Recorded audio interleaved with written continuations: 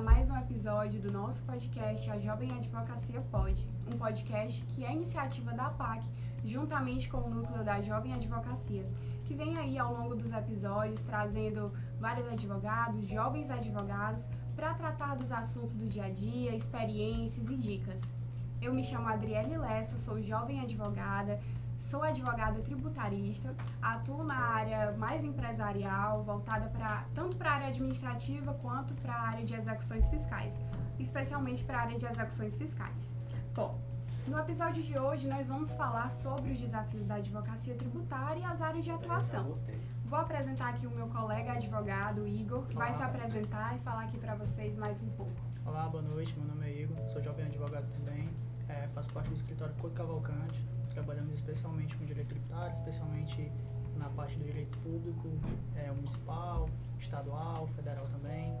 E sou advogado há pouco tempo, estou aqui com a Adriele e vamos tentar colher várias experiências desses dois grandes advogados aqui do estado. É isso. Bom, agora eu vou apresentar para vocês os nossos ilustres convidados aqui, grandes nomes da advocacia tributária que eu tanto admiro e me inspiro. Dr. Leonardo Lages, advogado, sócio do escritório Freitas Holanda Lages Advocacia e Consultoria, com MBA em recuperação de créditos tributários e previdenciários, consultor de PIS/COFINS, especialista em recuperação administrativa e graduado em contabilidade pela Universidade Federal do Piauí e também presidente do Núcleo Empreender da APAC. Doutor, muito obrigada pela sua presença hoje. Temos aqui também Dr. André Chaves, advogado, presidente do Instituto Piauiense de Direito Tributário, tem MBA em Direito Tributário pela FGV, é mestrando em Direito Tributário pelo Instituto Brasileiro de Direito Tributário e conselheiro titular da primeira seção do CARF. Bom, já que eu falei aqui sobre o CARF, né, doutor, eu queria iniciar a perguntando para o senhor o que é o CARF. Poderia falar mais sobre? Claro. Antes eu queria inicialmente agradecer ao Ian pelo convite.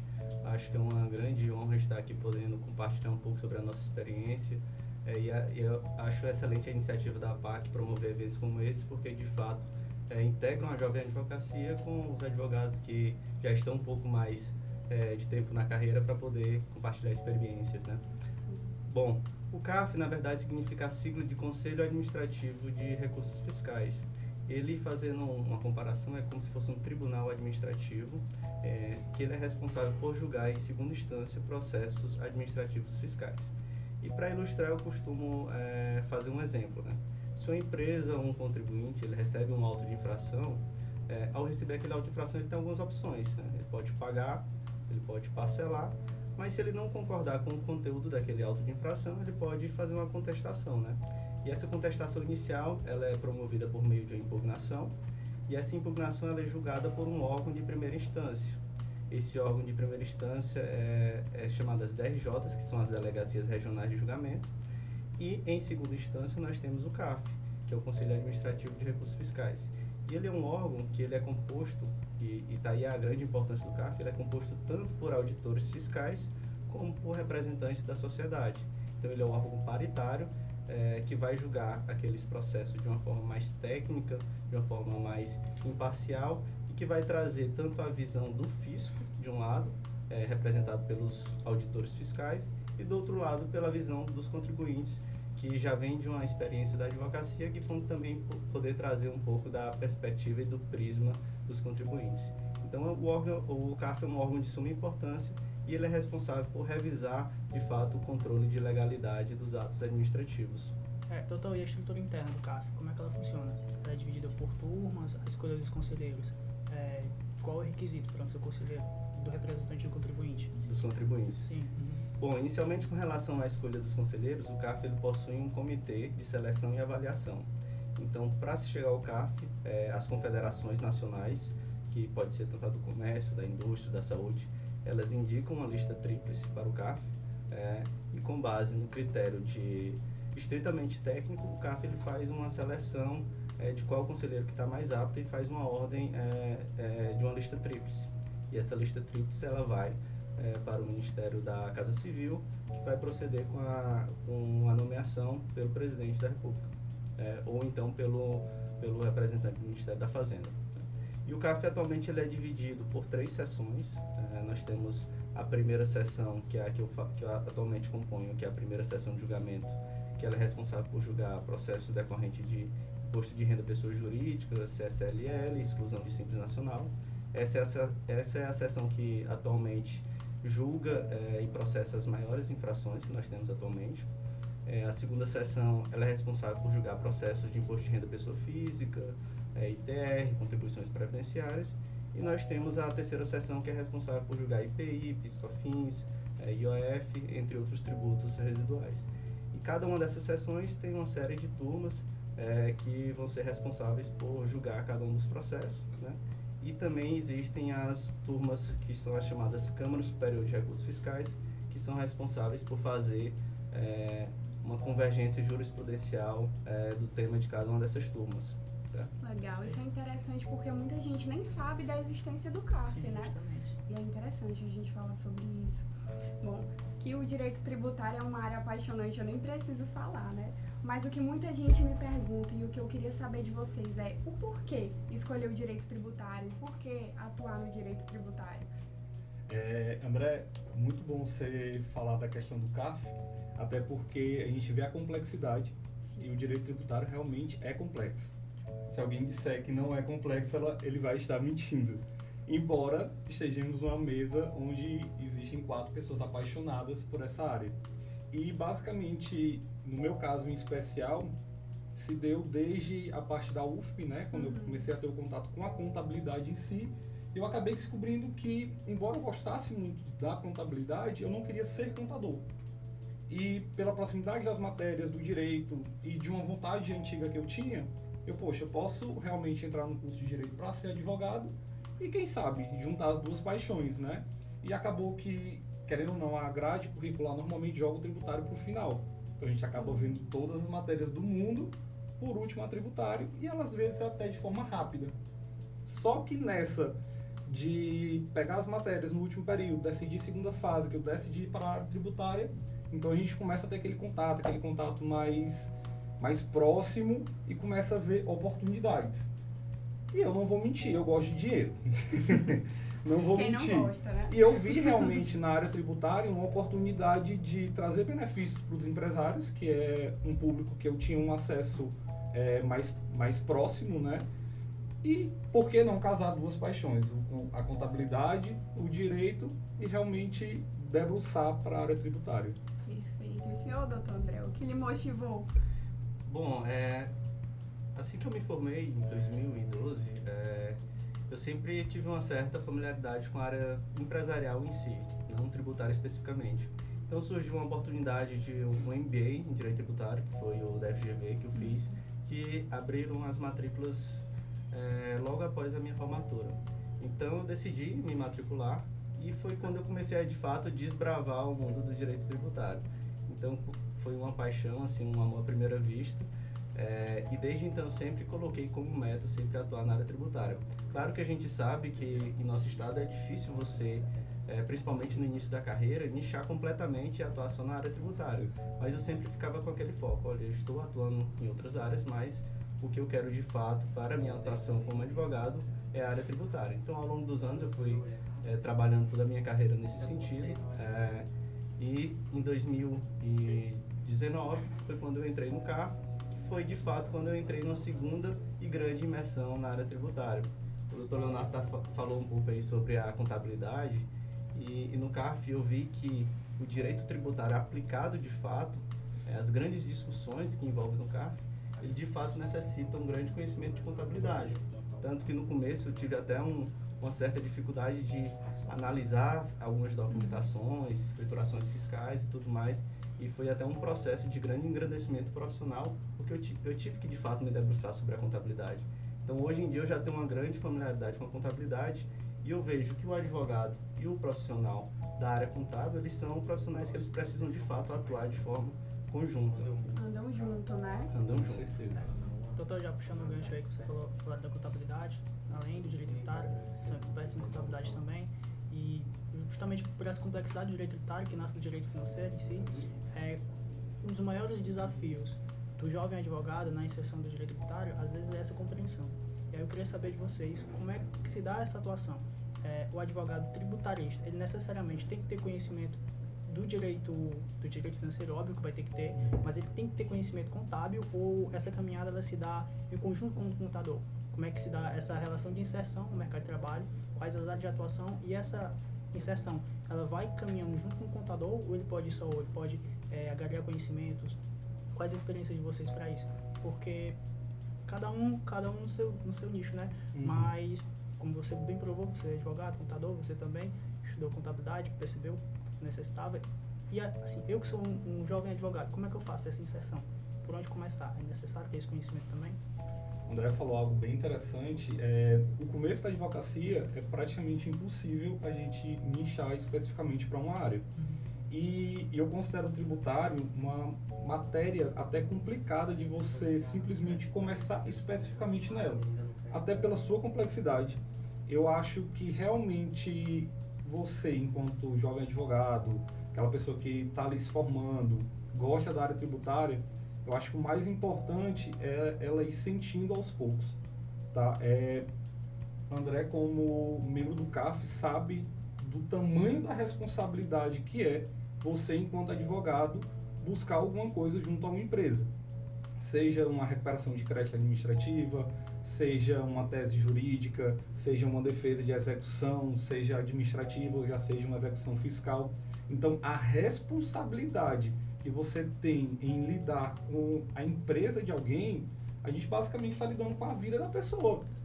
O empresário, ele dedicou a vida dele inteira a construir o patrimônio, que simplesmente, às vezes, muitas vezes até por erros humanos, por incompetência e às vezes por irresponsabilidade, acaba trazendo consequências que, se não forem cuidadas da forma correta, pode trazer consequências até irreparáveis, né, doutor André? Com certeza, é verdade.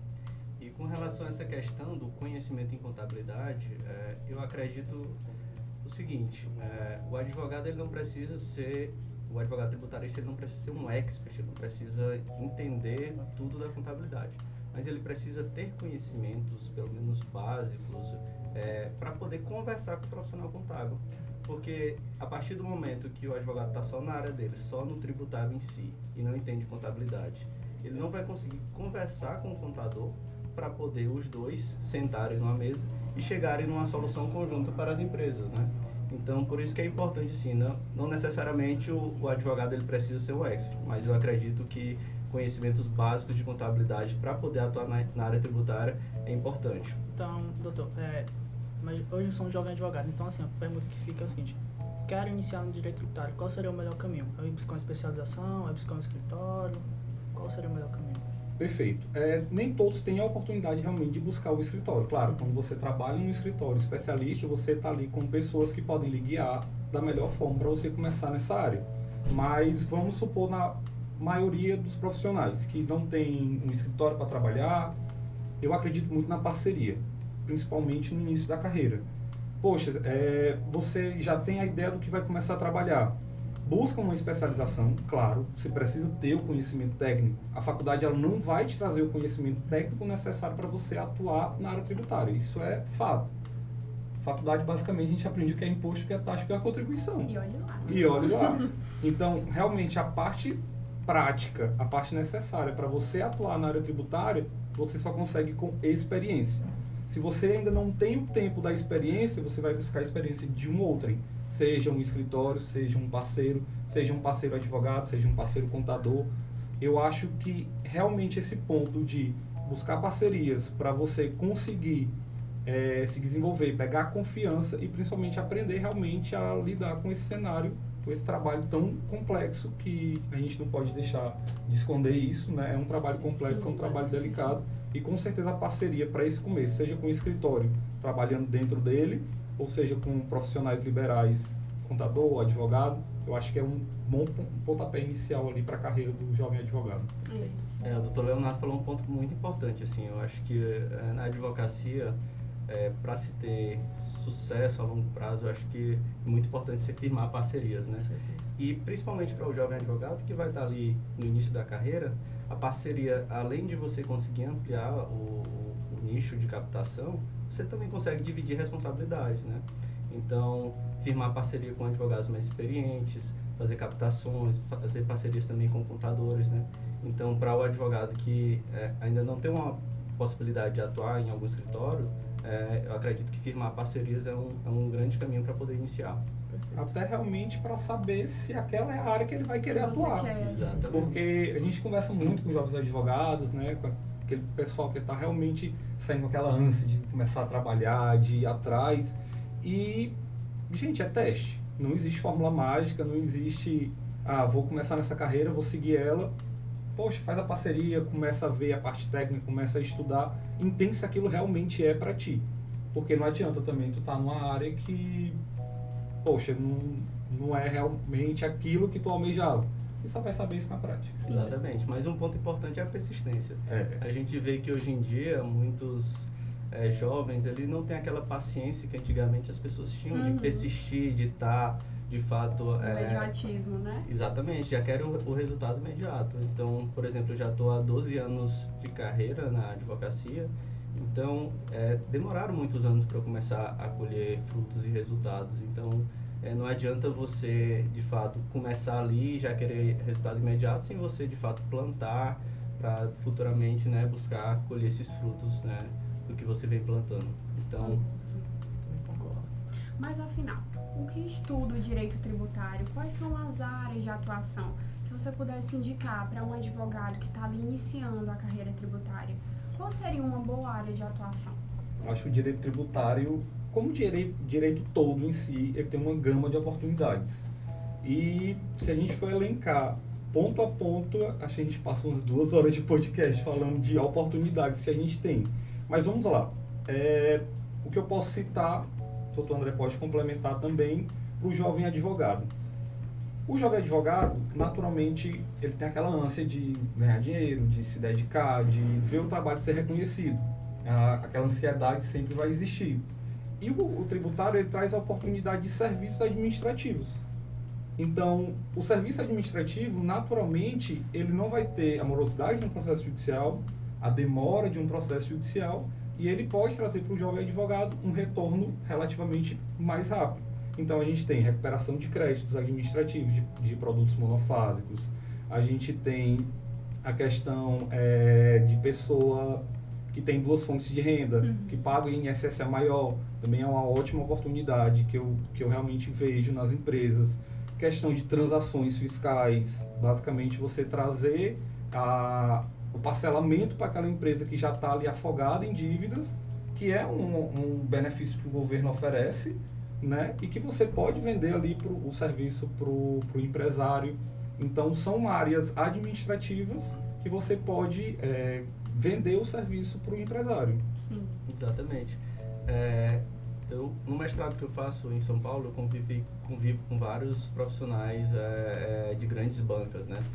Então a gente começa a também vislumbrar realidades que a gente não vê aqui, né? Então lá tem advogados que se focam especificamente no preventivo, advogados que focam especificamente em fazer consultorias, né? Lá tem áreas que são específicas para tributos indiretos, tributos diretos. Advogados só atuam no contencioso administrativo fiscal, advogados que só atuam no contencioso administrativo judicial. E cada uma dessas áreas que eu estou falando são áreas que um advogado na área tributária ele pode atuar, né? O doutor Ico falou muito bem de diversas situações em que o advogado pode atuar de forma administrativa, ou seja, em recuperações tributárias, pode atuar também em defesas de auto-infração, em defesas de procedimentos de compensação que não foram homologados, né? E tem a parte judicial também, que é o mundo, né? Tem ações que visam a inconstitucionalidade de alguma norma, ações que visam defender execuções fiscais, ações que visam anular um auto de infração. Então, de fato, o direito tributário ele tem uma gama de opções para se trabalhar, mas, de fato, é importante entender cada uma delas para poder qual delas o advogado vai focar suas energias, né? E o que é mais interessante é que, às vezes, fala direito tributário, as pessoas imaginam empresas, apenas empresas, mas a gente tem realmente oportunidades para a pessoa física. Então, o teu vizinho ali, que não é empresário, ele pode trazer uma oportunidade na isenção de renda de portador de moléstia grave. Poxa, não tem nada a ver com empresa, não precisa conhecer empresário, e é um serviço que, uma expertise ali tributária, um conhecimento, tu já consegue ali dar início na tua carreira também.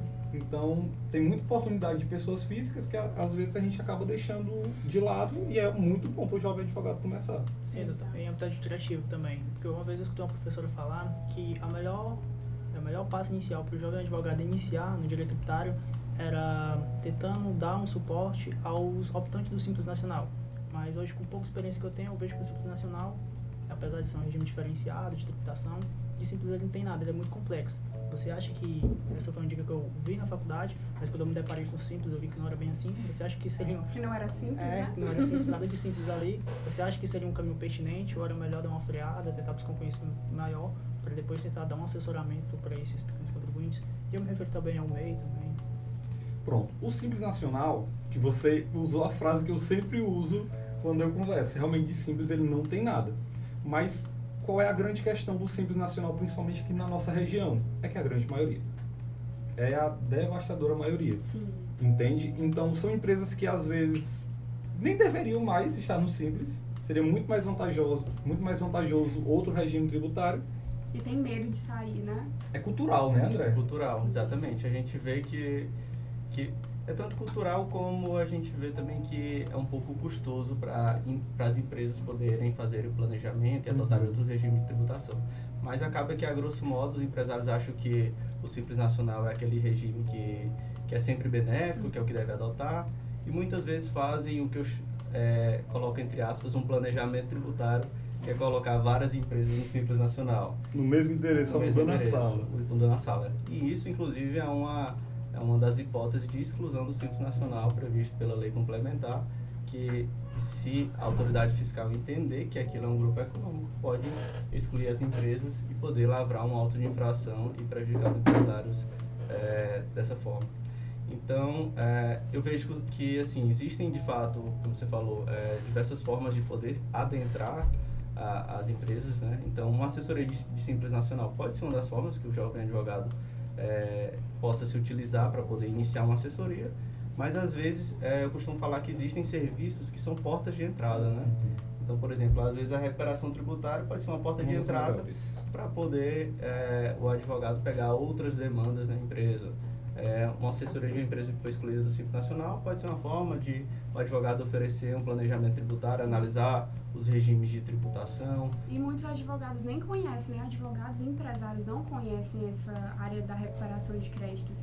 E eu acho que o Piauí, ele é muito carente de advogados tributaristas, né? Eu vejo isso. Então, a gente não tem isso de se especializar. Por exemplo, você se especializa só na área administrativa, só na área ali da execução fiscal, porque você realmente tem que estar ali englobando tudo, uma vez que é muito carente aqui no Piauí isso. Então, é um nicho muito bom para esses jovens advogados que estão entrando agora, né? Com toda certeza. E eu acho que um dos principais pontos no sentido advogado vender o serviço para o empresário, né? Ou seja, apresentar soluções, apresentar aquela conversa, é porque o direito tributário realmente é confiança. Você não consegue entrar com uma pessoa que ela não te conhece, se não passar a confiança. Então, esses serviços que você vai trazer um benefício, se for no caso, por exemplo, da recuperação de crédito, se for a questão dos monofases, que a Receita, em regra, paga até 90 dias, se tiver tudo ok. Então, tu consegue trazer um benefício para o teu cliente, ou seja, tu consegue ganhar a confiança dele apresentando valores, Sim. realmente botando dinheiro na conta dele, até porque todos esses tipos de serviços, normalmente quando se trata de receita, sempre cai na conta do empresário. Uhum. Então, uma das grandes formas de você realmente conquistar é você tendo um portfólio de serviços de porta de entrada. Por quê? Porque tu vai chegar com o empresário, ele não vai entender o que tu está falando muitas vezes, tu vai terminar de conversar com ele, ele vai dizer, tá bom, vou falar com o meu contador. O contador dele, às vezes, a grande realidade, a gente está aqui para falar a realidade, o contador dele, às vezes, recebe R$500 por mês, então ele faz um serviço meia boca, é real, porque não adianta, se a pessoa ela não recebe para isso, ela não vai especializar, ela não vai atrás de fazer segregação de produto, ela não vai atrás de prestar um bom serviço. Até porque é trabalhoso, né? E muitas vezes acaba que não muda de regime, por quê? Para sair para o lucro real, para o lucro presumido, ele vai ter que te cobrar mais. Aí o empresário já diz assim, não, pô, deixa aqui no Simples Nacional mesmo. Então, você tem que entender a região que você tá atuando, você tem que entender o porte daqueles empresários que você está atuando. Às vezes, tu conversar com o empresário da capital é uma coisa, às vezes tu ir para o interior, que é uma oportunidade gigantesca que você tem nas cidades menores, a conversa já é outra. Você tem que saber realmente como entrar com esses empresários e ter esse serviço de porta de entrada realmente para ganhar confiança. Então, vamos supor que eu sou jovem advogada, estou assessorando uma empresa, estou assessorando uma pessoa física e de repente chega uma cobrança indevida, um auto de infração. O que eu faço quanto a isso? Qual estratégia tomar? Eu ali que estou no meu início de carreira, com medo, insegura, isso é muito normal, né, para quem está iniciando, realmente, essa insegurança, esse medo. Sim. Eu vejo que ao receber uma auto-infração, às vezes, eu vejo que muitos empresários ou contadores, às vezes, demoram a procurar uma assessoria jurídica. Muitas vezes, quando procuram, já está até esgotado o prazo de um recurso administrativo. Então, a primeira recomendação que eu dou, mais voltada até aos empresários do que aos advogados, é que, ao receber uma auto-infração, imediatamente procure tanto seu contador como uma assessoria jurídica. Então, a primeira análise que deve se fazer são se o auto-infração ele cumpre ali os requisitos formais, se tem todos os requisitos previstos ali no decreto 7235, para que o auto-infração, ele de fato, ele possa estar constituído, né? E, em segundo plano, analisar se de fato aquilo que está sendo cobrado, aquilo que está sendo exigido, ele é de fato legal ou se atende todos os requisitos constitucionais, né? Então, todo auto de infração ele tem que ser motivado. Então, a motivação é explicar quais são os fatos e os fundamentos jurídicos ali que estão exigidos no auto de infração. Então, é analisar se de fato aquele auto de infração é devido. Se não for devido, aí cabe ao advogado e ao contador, junto com o empresário, montar a estratégia, né? Como eu falei no início, o empresário ele pode optar por pagar o auto de infração, e aí geralmente ele tem alguns descontos de penalidade, né, de multas, né? Mas ele pode optar por fazer parcelamento, ele pode optar por entrar com impugnação administrativa, ou então, se ele optar por não pagar, ele vai ter que arcar com um risco, né, de execuções e fiscais. já aí nessa esfera da execução fiscal, inclusive é a área que eu mais trabalho lá no escritório, né? Às vezes ele deixa ali de mão e quando vê já vem uma execução fiscal. Então, você se deparando ali com o cliente sendo executado, como proceder para tentar tirar o cliente daquela situação ou diminuir a bronca que ele está tomando ali, né? O impacto. Bom, a execução fiscal, ela também, o advogado ele tem também um novo caminho a seguir, né? Então, ele pode questionar toda aquela autuação, e aí existem as ações específicas para isso, como embargos de execução ou uma ação anulatória. Então, aí ele teria que, de fato, analisar o que é que originou o auto de infração para poder analisar. A execução fiscal ela é instruída com a certidão de dívida, com a CDA, a certidão de dívida ativa. Então, ele tem que localizar o auto de infração que originou aquela CDA para poder analisar se, de fato, aquilo é devido. Se, de fato, constatar que aquilo é devido, então ele tem algumas estratégias, né? Ou verificar se existe alguma prescrição, enfim. Ou então até mesmo, como o Dr. Leonardo falou, as transações tributárias, que é um novo instrumento de meio alternativo de resolução de conflitos na área tributária. Então a gente vê que no âmbito federal as transações tributárias elas estão sendo bastante interessantes, estão bastante eficientes. Até para dar um fôlego, né, para o cliente, para a empresa. E elas estão sendo tão interessantes tanto para os empresários como para o próprio governo, né, que está arrecadando muitos créditos ali que já estavam ali praticamente perdidos, né, classificados como irrecuperáveis. Eles estão possibilitando os empresários poderem se regularizar e é um jogo que todo mundo sai ganhando, né? O empresário se regulariza, o governo recebe. E se a gente for parar realmente para olhar o cenário, quantas empresas, se for olhar só aqui no Piauí, tem alguma execução fiscal, se não todas, mas 90%, acredito que das empresas realmente hoje tem uma execução fiscal. Isso é um problema do próprio judiciário em si, né? Se a gente analisar o CNJ em números, é o maior gargalo do Poder Judiciário são as execuções fiscais, né? Por isso que tanto a PGFN como as procuradorias estaduais, elas sempre fazem forças-tarefas. Esse mês nós tivemos alguns mutirões, né? Tanto das dívidas do município como das dívidas do Estado, justamente para ver se desafoga. As procuradorias elas não dão conta de poder estar impulsionando esses E o processos. advogado tem que ter essa expertise, né, de saber qual tese aplicar ali. Tem até também, doutor, a gente pode trabalhar na questão ali dos créditos. Muitas vezes é cobrado valores a maior e a dívida ela precisa ser líquida, certa e exigível, né? Então, para ela ter essa liquidez, ela tem que ter um valor correto. Então, é interessante trabalhar nessa parte também dos créditos, né? Créditos a maior que foram cobrados ali. Com certeza, tudo é questão de oportunidade. Então, se a gente vê que realmente existem muitas ações de execuções, existem muitas oportunidades, créditos que são cobrados a maior, então, poxa, ali realmente parece ser uma área muito interessante para você começar, para você olhar com bons olhos, para você começar a estudar. E é muito comum também essa questão do crédito a maior. É muito comum você realmente olhar o justo, olhar o correto a ser cobrado, ver a liquidez e ir atrás desses valores. Quantos empresários não pagam valores a maior? Sim. E o valor realmente fica perdido. A gente só tem uns 5 anos para correr, então... E com a reforma tributária, Agora, então, Sim, né? justamente. a gente tem literalmente um prazo de validade. E outro ponto importante acerca das execuções fiscais, que eu acabei esquecendo de mencionar, é a questão da própria pressão intercorrente, né? Recentemente o STJ ele, fez uma decisão que definiu parâmetros de fato objetivo para a contagem da pressão intercorrente. Então a gente vê que muitos processos ali que estão em execução fiscal, se o jovem advogado fizer a contagem conforme os parâmetros do STJ, ele vai verificar que tem uma pressão intercorrente e ele pode fazer essa arguição e aí trazer isso já é um novo produto que ele pode apresentar para os empresários também. Ou até mesmo o baixo valor da dívida, né? A gente tem algumas dívidas que estão ali no judiciário afogado com tanta coisa e dívidas de baixo valor. Então a gente pode trabalhar nisso também. Essa é uma São estratégia realmente muito boa muitas também. oportunidades. Mas eu acho que o grande ponto da execução fiscal é observar todo o procedimento. Sim. Ver os vícios, ver onde o advogado pode bater e acredito, até por questão de experiência mesmo, a prescrição intercorrente é uma das Que mais tem, né? dos grandes pontos a serem analisados. Além da prescrição intercorrente, eu também vislumbro muito, assim, principalmente no âmbito municipal, a questão da legalidade, de obediência ao procedimento. Que às vezes você observa na própria legislação questões de legalidade, questões de inconstitucionalidade, ou seja, a lei já nasce inválida e em grandes municípios do Maranhão, do Piauí, eles já saem essa cobrança de forma irregular.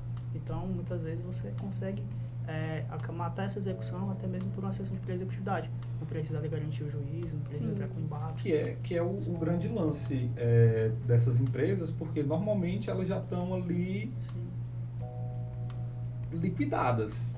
Né? Elas não têm mais um bem para garantir, elas não têm mais o valor para garantir. É muito difícil você pegar um cliente que você vai discutir um procedimento judicial, uma execução com valor, efetivamente. Eu particularmente nunca peguei. Vou ser honesto, eu basicamente nunca peguei alguém como uma empresa que garantiu o juízo. E a exceção de pré-executividade ela surge como uma ferramenta aí que o advogado ele pode utilizar justamente para questionar essas matérias que são de ordem pública, né? Então, tanto a pressão intercorrente como a própria prescrição no ajuizamento da ação, ou até mesmo uma decadência que está ali embutida na auto-infração que passou desapercebida. Então é de fato uma ferramenta bem importante e interessante para o jovem advogado. Doutor, diante de todo esse panorama, que a gente vê a complexidade que é o direito tributário, como se preparar para essas situações? O que eu quero dizer, o jovem advogado, se ele for começar hoje, ele deve começar de onde? Ou o próprio estudante, ele já tem que começar, já tem essa preocupação antes de terminar o curso, por onde é que ele começa? Como se preparar para toda essa gama? Com certeza. Sempre que eu converso em palestras, em faculdades, ou converso com jovens advogados, eu sempre gosto de dizer que para você escolher a sua área, principalmente se você já decidiu que é o direito tributário, observar o meio que você está. Observar realmente as primeiras oportunidades que você pode vir a oferecer. Então não adianta tu dizer assim, poxa, vou atuar no direito tributário, gosto muito, mas por onde é que eu vou começar? Tudo bem, vou começar com uma parceria, eu tenho um escritório de contabilidade que eu tenho uma amizade com o dono ou com algum contador, poxa, ali ele tem empresas.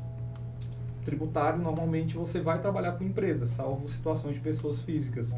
Então, tu já pode fazer uma parceria com ele, por exemplo, para analisar, pega os CNPJs das empresas, analisa se tem uma execução fiscal, analisa de pronto se realmente tem algum vício desse que a gente já tratou aqui. Então, não adianta, você sentado numa cadeira, não vai cair cliente no teu colo. Tu realmente tem que ir atrás. E ter essa sensibilidade de por onde você começar, no meio que você tem, ou seja, as amizades que você fez na faculdade, congresso, poxa, não tem nada mais incrível do que palestra e congresso, para você fazer network, para você ouvir outras pessoas.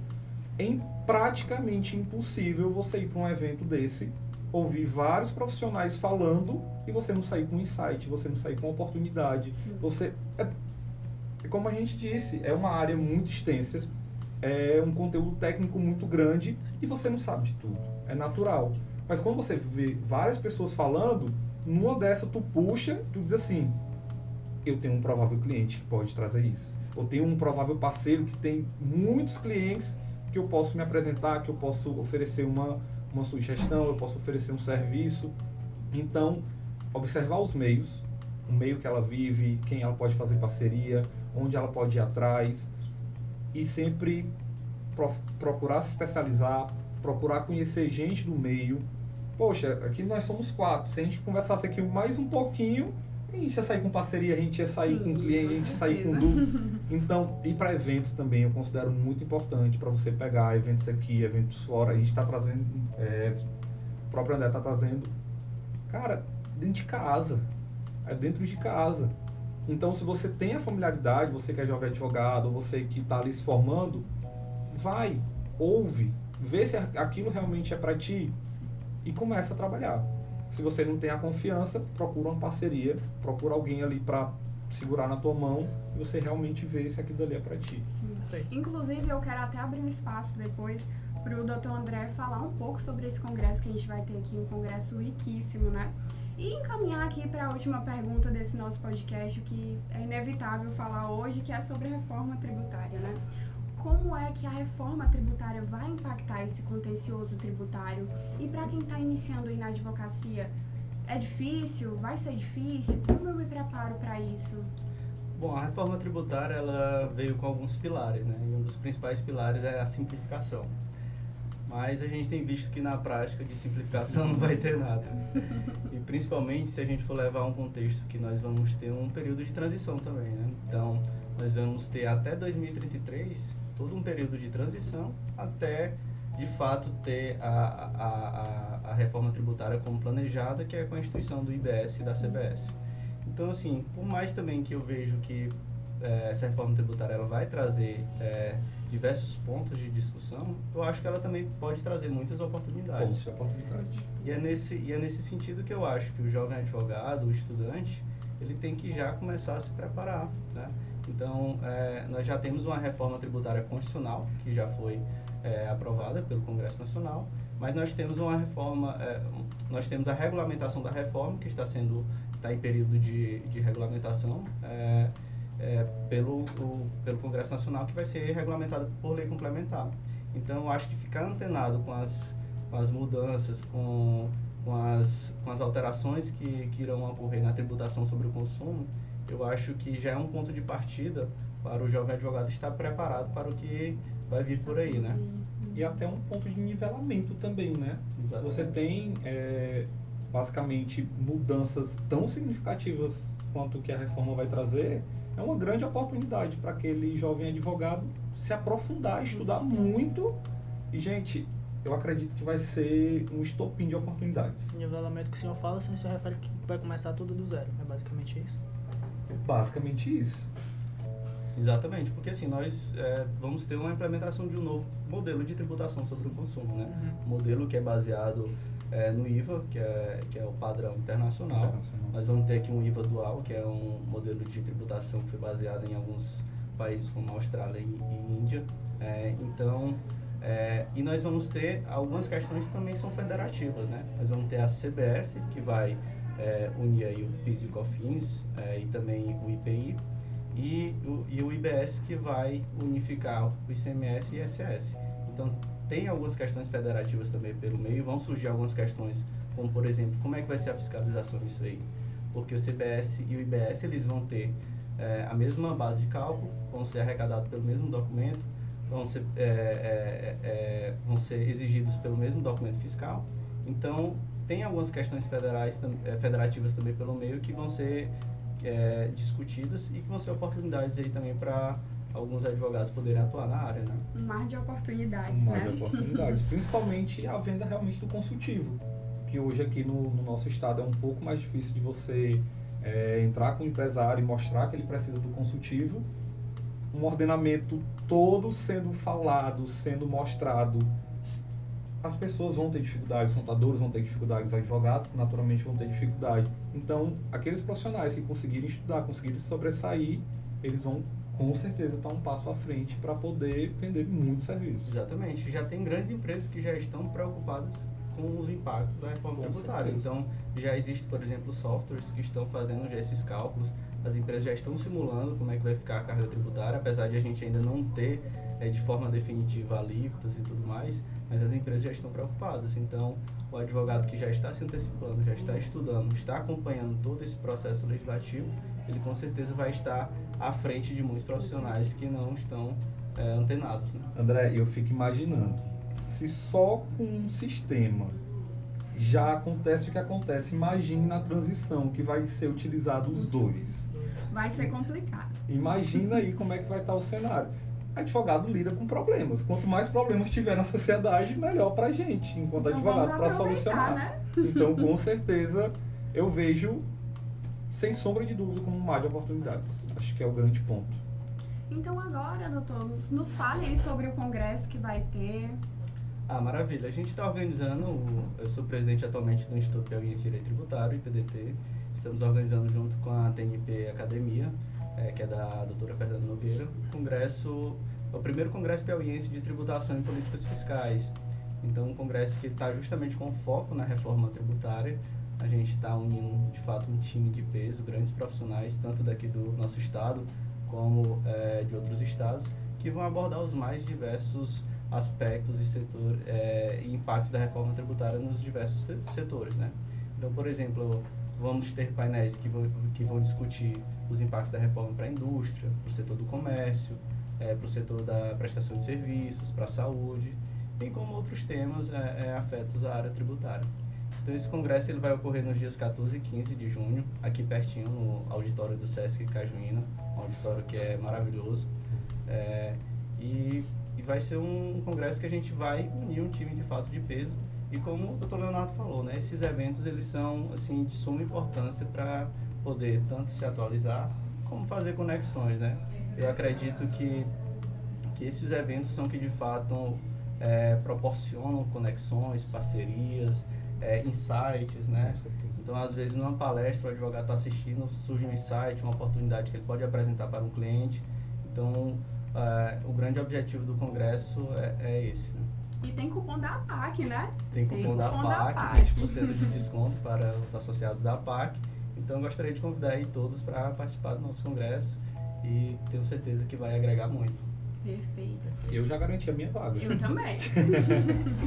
Então, eu gostaria de agradecer vocês, doutores, agradecer a APAC, agradecer o Núcleo da Jovem Advocacia, que está trazendo essa pauta tão importante para os jovens advogados. E muito obrigada. Nos veremos aí no congresso.